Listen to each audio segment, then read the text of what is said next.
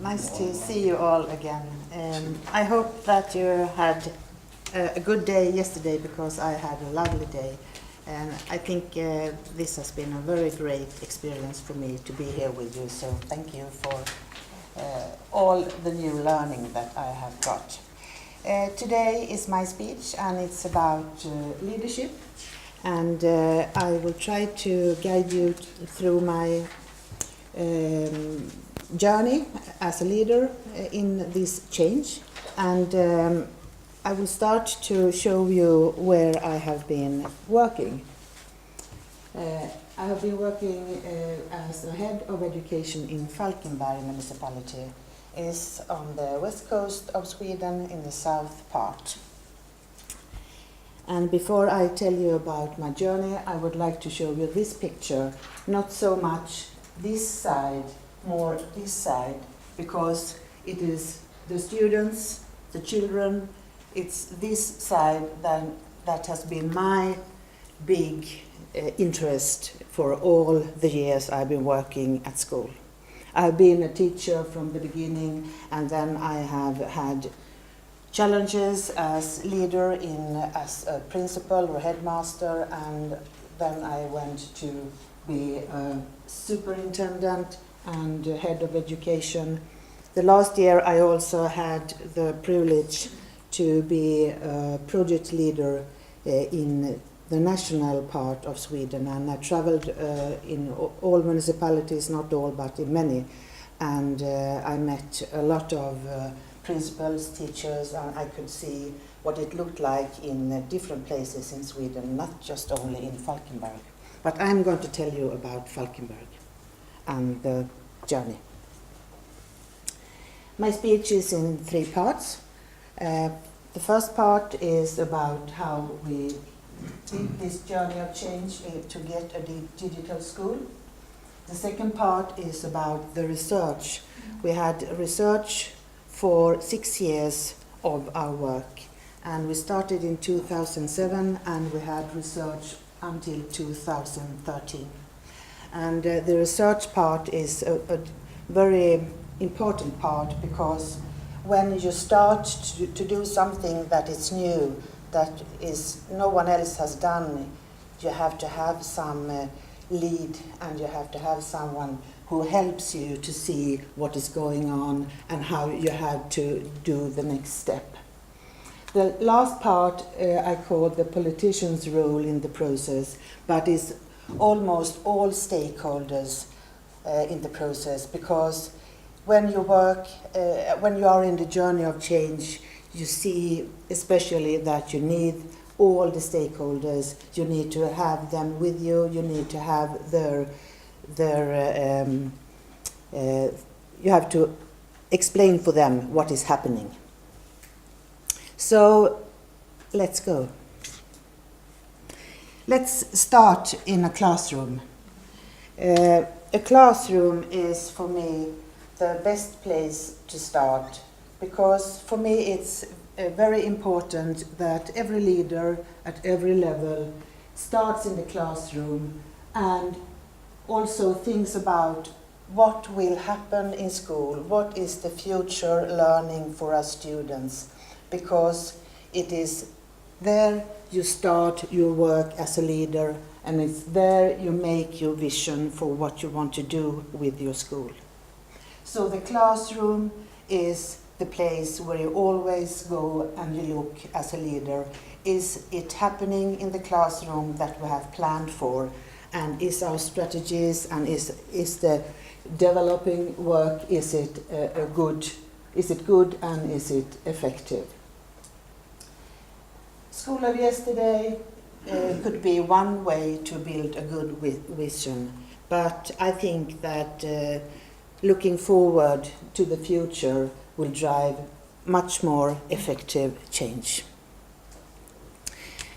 My journey in change as a leader, together with my municipality, with my schools and teachers, started in 2007. We were in Maine, in the United States, and visited schools, because principals in our municipality had heard about a project in Maine called 1-to-1. It was one computer to each student. I was quite new as head of education in this municipality. I have had experience about computers, and I had as much as experience and interest as anyone else, general, you can say. So when we went to Maine, I thought, okay, of course we are going there, and of course I will start my work by visiting Maine. And in this group, we were politicians, and we had teachers and principals in the group. So when we went to Maine, we looked at what we call the 1-to-1 project with all these different eyes. What I saw when we come to Maine and what I experienced was something very fantastic for me, because I have never been in schools before where the students were so engaged, were so motivated, and that teachers tell us about a very, very fantastic work that was going on. And on this trip we also had the time to talk to each other, so I talked very much to the politicians about what we saw, and when we get home we agreed about, okay, let's start to test this 1-to-1 in 2 of our schools. So we started with 2 schools, and the point of view that is very important to tell you is we did never thought of it as a technical project. For us it was a pedagogical project. We had the thought of, we are going to give all our students the same ability to reach the goals for them, and to do so we can use the technique to give all students their individual supply for learning and teaching. So from the beginning we had a pedagogical thought about this project. And what happened the first year? We had the follow research, and they could say from the first year that it was very successful. The students were very, very happy about their computers, and not just happy about their computers, they also were more motivated. The students that have some difficulties in school, they were probably the winners in this project, because now they had computers and we could help them if they couldn't read, we could have programs, and so they could have help with the reading, and everyone had the same learning environment. Everyone had a computer, and no one had to be outpointed that you have a computer because you cannot read, because everyone had. So that group was the group that we first saw was the winner of this. What students said more the first year was that they took the computers at home, of course, and they have it in school. It was that homework suddenly was very easy and very funny to do.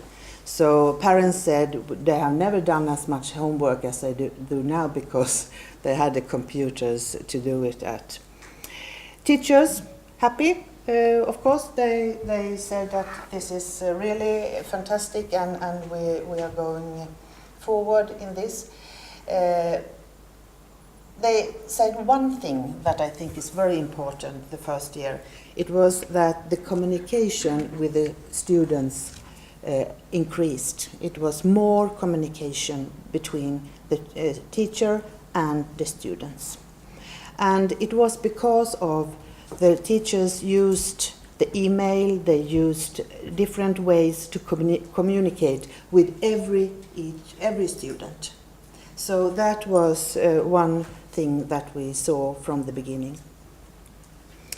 As a leader, my my mission was to set up an organization for this one-to-one project.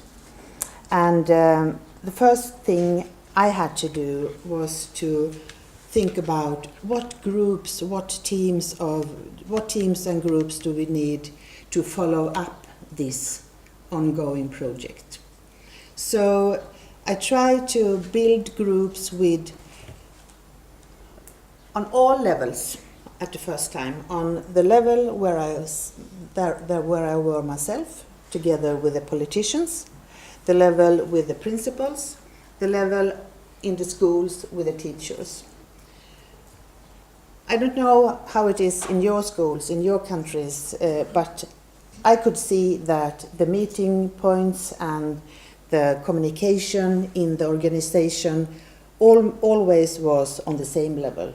Teachers talk to each other, principals talk to each other, and on the level where I talked to politicians. And then I asked the principals what is happening, and they tell me, and so on.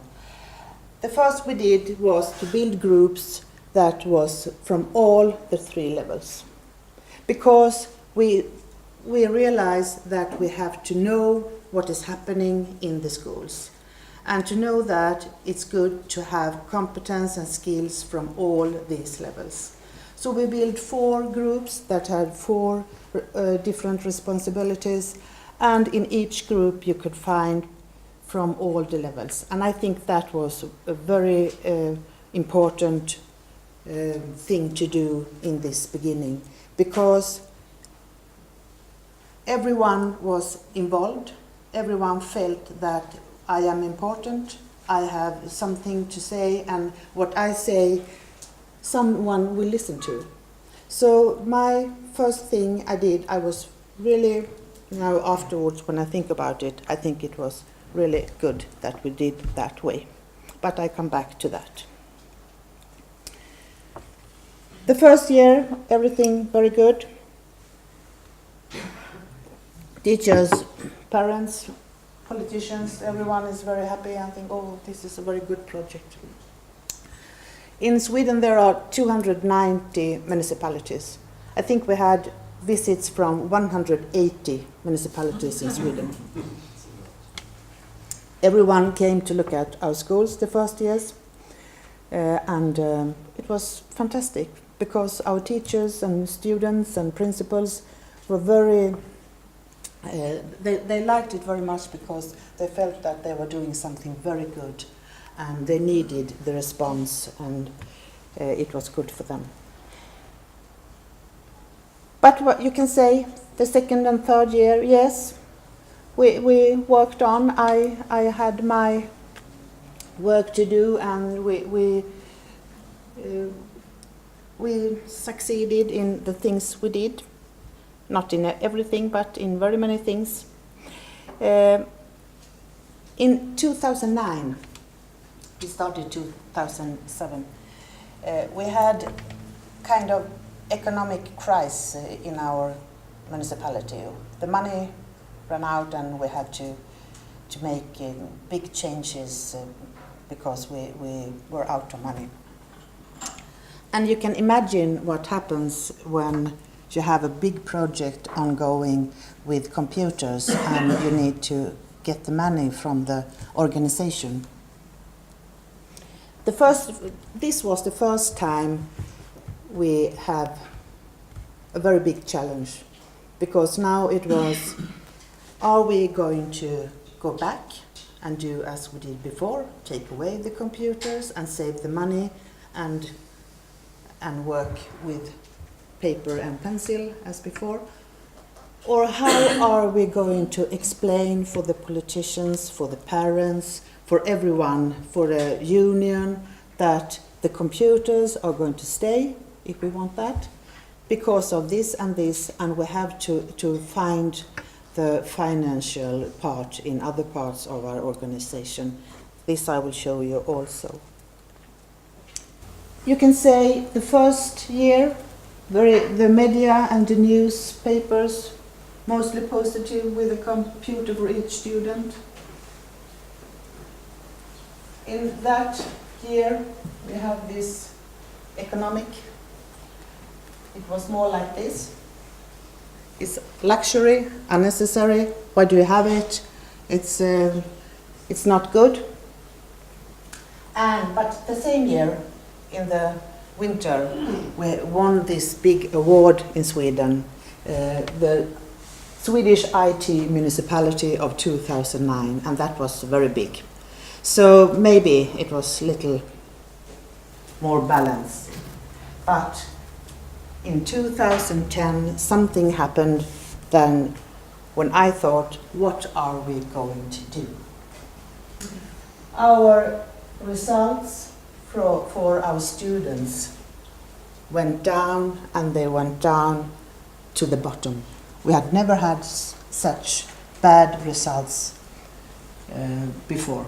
And this was the point where I had to stand up as a head of education and tell everyone why we have to continue with the project and try to make people understand what is happening when you make a big change in organization, and point out the success parts and show them what is happening, what is getting better, because in this part many organizations turn back to the old things and say, okay, we tried, but it didn't work. Now we do as we always have done. And we had very many discussions in our municipality about this. I can say I have one or two sleepless nights. You can say the honeymoon was over. It really was. And what choices did we have? We could either give it up or reboot and go forward. That was the two choices. And when we had these discussions with all involved, everyone said, we cannot go back. We cannot go back because we had started with 2 schools, and after 2 years we had 2 more schools, and we had 4 more schools. So very many schools were involved, and very many teachers, principals, and not at least students had had their computers for 2 or 3 years. They said, we cannot, we need them. So I think you see already that what we did. We said, okay, we go forward. In this phase of the process, in this part of the process, I can see when I look back, I have been a manager. I had the role to create the meetings, look out for the budget, go on meetings with the politicians, and then the principals and teachers made the job in the schools. Now my principals and my leaders in the organization told me, we need help. We don't know where to go. We don't know what to do. You must guide us. And I thought, well, I don't have the time. I have very many things to do, and I have meetings, and I'm very stressed. And so I thought, okay, I solve it, because I know that you need the guidance, and I will give it to you. So they said to me, we need a vision, and we need goals. We need it because we cannot work. We have done all the work with the first years, but we need your vision and your goals. So I thought, okay, I fixed it, and I had 2 consultants, very, very good consultants, and I thought, okay, I take them to our group, and they listen to us when we speak and talk and discuss, and they give me a good example of the vision, and then we can work with it. That was for me the best way to solve it. The consultants worked with us maybe for 6 months. They were every month in the meeting, and every time they came to the meeting, my leader said, no, it was not that, because they tried to give us the vision. And after 6 months, they delivered a very, very good vision, very good work. But there was one problem with the vision. It was their vision, it was not ours. We could not work with it because it was not ours. And it was then I realized that the visionary leadership in my organization has to start with me. And this was the point when I understood that I am a part of this change. If the change is going to be the change we want to, it includes me, it includes the politicians, all the stakeholders, but it includes also, of course, the teachers and the principals and our students. We have to work together and all the time be aware of and tell each other what we are learning.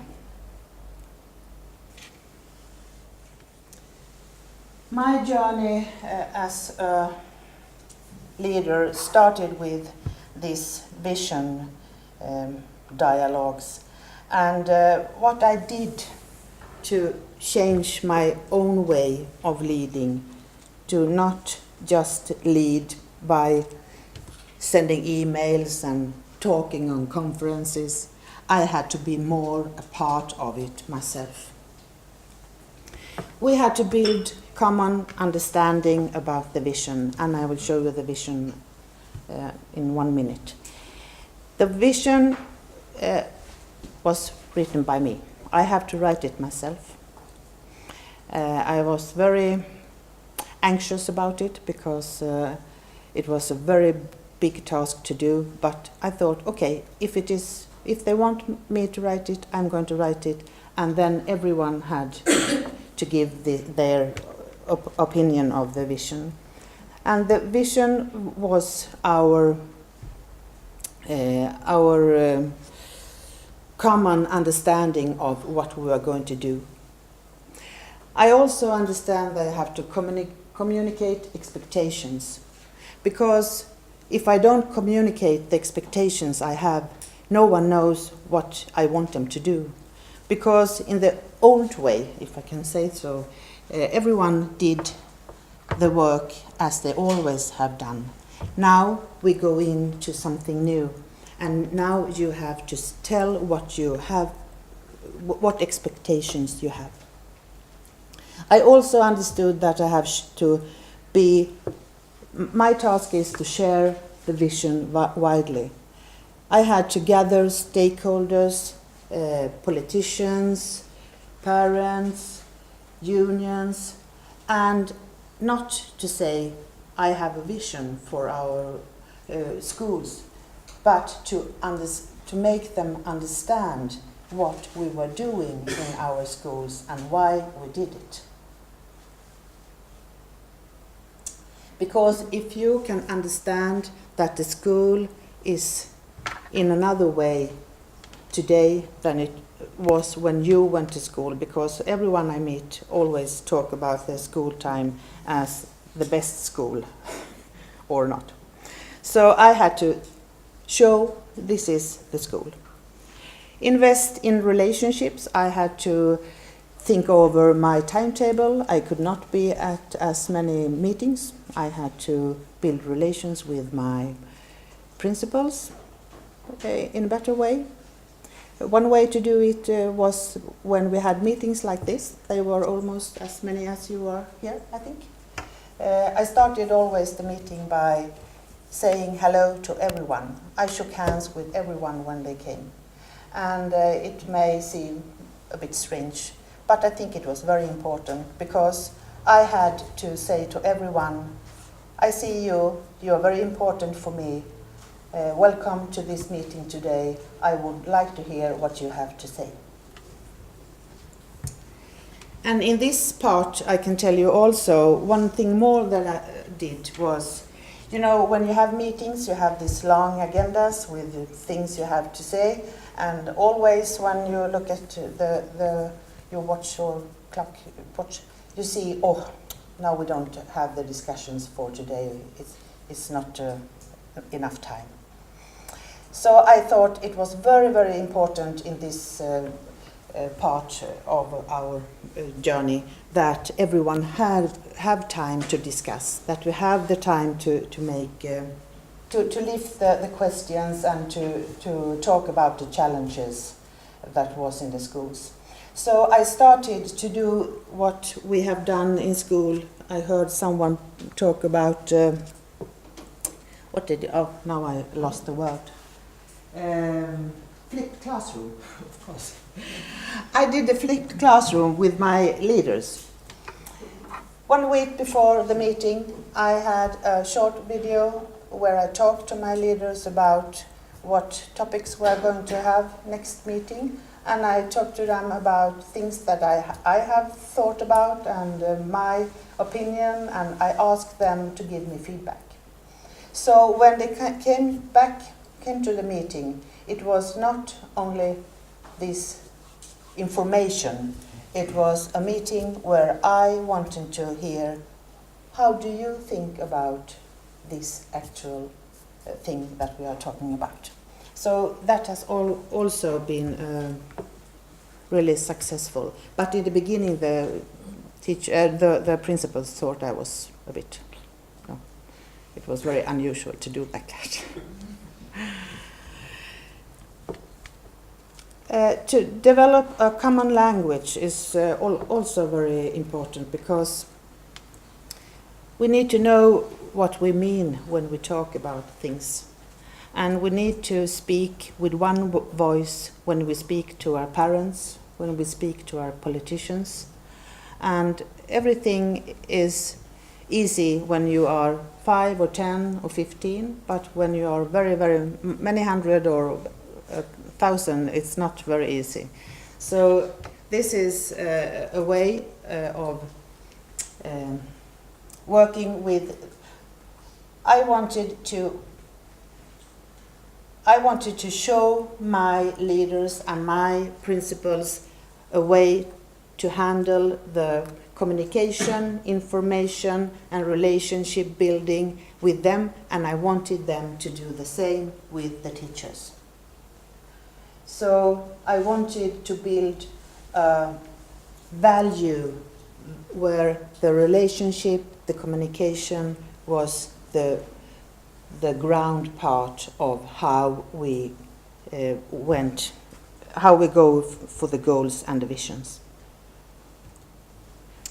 This is the vision for the schools in Falkenberg. Everybody shall succeed. 3 words. 3 words that have had hours, weeks, years of discussion. Because when you start to think about what that means for everyone, then it gets very big and you can feel very pressed. So when we started to work with a vision, we had these vision meetings, and we have like big meetings where everyone who wanted could come, parents, teachers, and these meetings were meetings where everyone could say what they thought about this vision. And from the beginning, very many thought it was a vision combined with money or economy. So they said, we cannot have everybody shall succeed because we don't have the money. I said, this is not about money, this is about values. How you think about the people, the students you meet. If you think that you want everybody to succeed, then you have to work in one way. But if you go into a classroom as a teacher and think, okay, I can see you are, yes, you're good students, there is not so good. Okay, I know that. I tell the other teachers they have to help these students, and I will work with you. It's completely different ways of working. And I think it was also very good to have these big meetings, even if they were very angry at me sometimes and they said that I was not very concrete or what they said. But this is still the vision for the work in schools in Falkenberg. For me, the leadership compares to the management is very much about being a role model. The change has to begin with yourself. You cannot talk about change if you don't include yourself and think, would I do it?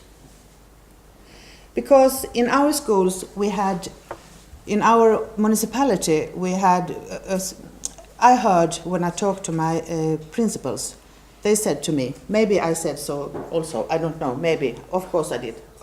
The principal says to me, okay, now I know what to do, but my teacher don't do it. So I've done all I can, now it's your responsibility, what am I going to do?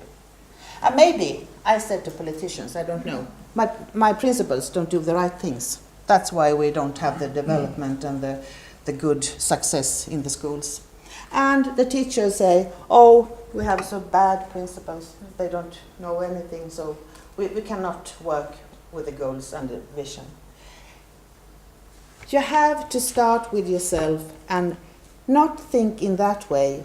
You have to think, what can I do in my role to be a part of and to help this process to be the best one? So you have to practice what you preach.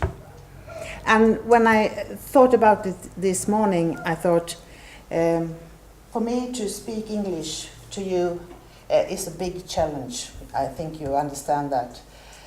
But I do it because I always have expectations on my principals and teachers to do things that they feel a bit scared about. So you have to push yourself and do things to get out of your own comfort zone so that you always are doing the things you want other people to do also. I started a blog, I started Facebook and Twitter. For me, it was not the world I was used to as a head of education. But I had to learn. I didn't know how to do. But I had lessons, and I learned to blog, I learned to Twitter and Facebook and everything. And it was for me like a big step to take because I was not used to do things like that. But I understood that this is important because I have to communicate with my organization all the time, and if I don't show how to do, no one else, someone else will tell what I want to do. I have to tell my thoughts and my feelings for my organization, because if I don't do it, the technique today make it happen that other people tell what I think and what I do. So I have to be the one. And I talked very much to people. Dialogue individually and in groups were very common. Today I can say that the digital change is one of the greatest challenges because it affects every part of an organization. From the beginning I did not understand that. I thought we buy the computers, we get good pedagogy going on, and I keep on with my work, the teachers and the principal will do the other work, but it was not that easy. Because if you make a change in one structure, the physical structure, like you put a computer into a classroom, the formal structures, the schedules, the plans, if you change in action structures, how you usually do things as a teacher or principal, thought structures, how you think about things, and dialogue structures. Everything changes when you start to use the technique and you start to work with work in other ways. This is what I think I had the responsibility to do. And I have learned that if there are no goals and no vision, the schools and the organization is confused. And you can hear it in very many ways as a leader. If you don't have the right skills, you get very anxious. If you don't feel motivated, you'll be resistant to the whole project. If you don't have resources and economy, you get frustrated. And this last one, I don't know if I have the right word, so if you're laughing, I know it's wrong, but I try. If you don't have common direction and planning, you are like a treadmill. You run and run and run, and you're very exhausted, but you don't get anywhere. Is it the right word? Oh. Because I try it in translators and.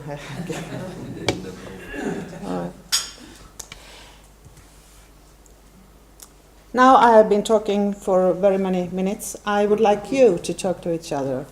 This is a picture about, I want you to reflect on it.